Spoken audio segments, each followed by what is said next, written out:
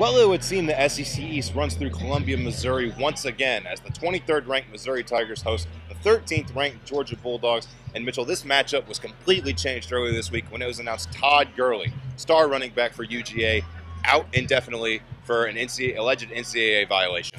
That's right, Chris. He allegedly sold his autograph to other companies for money. And it completely changes the tone of this game because Todd Gurley was their star, their Heisman candidate, and it completely changes this entire game for Georgia. So now it's a big test for Missouri if they can beat Georgia and continue to control their destiny in the SEC East. Well, with Todd Gurley suspended for this game against Missouri, that puts back up Nick Chubb into the spotlight, the true freshman, putting out a show early as he takes Georgia down the field with a couple good runs here, and then he'll take a 12-yard grab from Hudson Mason, and that'll put the Dogs in field goal position on the very first drive. Here comes Marshall Morgan. He nails a 47-yarder. Georgia up 3-0 early in the first quarter.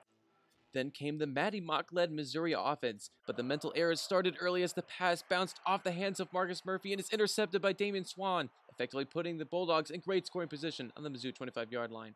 Bulldog QB Hudson Mason is well known for his passing greatness, but something the Tiger D didn't count on was his running ability. Mason faked the handoff and called his own number on an 11-yard touchdown run. This marked his third running score of the season and the first touchdown in this contest. Another stalled drive from Matty Mock in the Missouri offense gives Hudson Mason another opportunity. He'll go 9 yards to Michael Bennett. Dogs up 20-0 in the second. More struggles here for the Missouri offense as Matty Mock, looking downfield, doesn't see Leonard Floyd coming. He'll strip it. Jordan Jenkins will fall on it. It's the Bulldogs' ball late in the second quarter. Matty looking downfield, trying to find Wesley Leftwich, trying to heave it deep, but Leftwich cannot come down with it. And this is the face of the struggling offense. Tigers are trailing 20-0 at the half. The Tigers desperately needed a momentum swing to stay in this game as the second half started. Charles Harris cranked up the Tiger pass rush as he brought down Mason for a sack, which helped stop the Bulldog drive. On the first play in opponent territory, Mock's pass was intercepted by Georgia while trying to throw to Jimmy Hunt. Mock seemed out of sync with his receivers and, quite frankly, looked completely lost as he threw another pick on the following Missouri possession. Mock threw an eye-gouging 4 interceptions in this game, matching the amount he has thrown in the entire season. The Bulldogs follow it up with Brendan Douglas going around the outside and then over the top. Bulldogs ice it 27-0, and it's the backup running backs having a little fun as Nick Chubb puts the cherry on top, and that'll do it as Georgia rolls past Mizzou 34-0 in a big win that puts the Bulldogs on top of the SEC East.